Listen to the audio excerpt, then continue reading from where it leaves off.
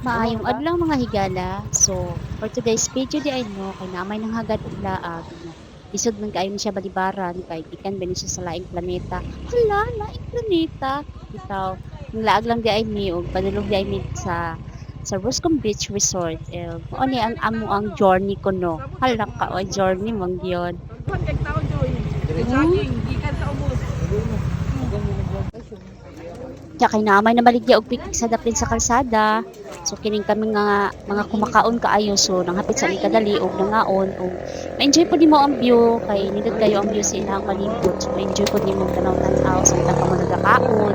In fairness kami ang ilang mga pagkaon ilabi ng ilang suka nga astom kaayo.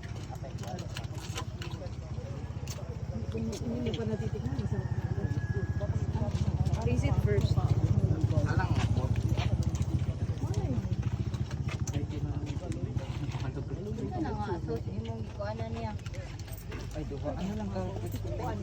So sa tanan.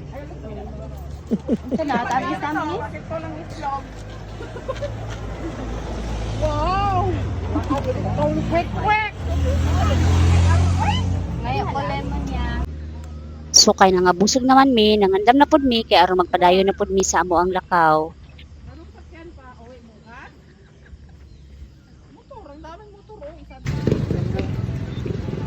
Yan, nangunong lang po din panghi kay namalik po ni og makabot magtsunan mo kay para sa among panghapon kay aron mag-abot na mo dili mi magluto. Salamat po sa mga sponsor, the blessing always. ay sa resort. And yes, here we are. Naabot na gid ta kung asa nga atong destination no. So, welcome to Roscom Beach Resort. Enjoy the view guys. Nindot kayo ang ilang ambience din hi guys no. Kung nangita mo og lugar nga makachillin mo diri nindot ang choice ninyo din hi kay dool ra ang dagat na po sila mga cottages diri. So, enjoy the view. Daghang salamat. Stay safe, stay healthy, stay happy. God bless us all.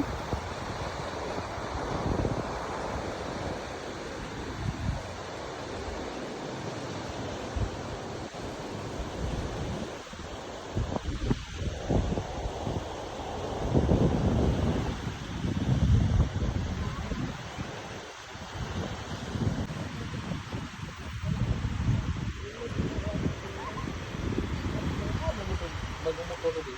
Okay.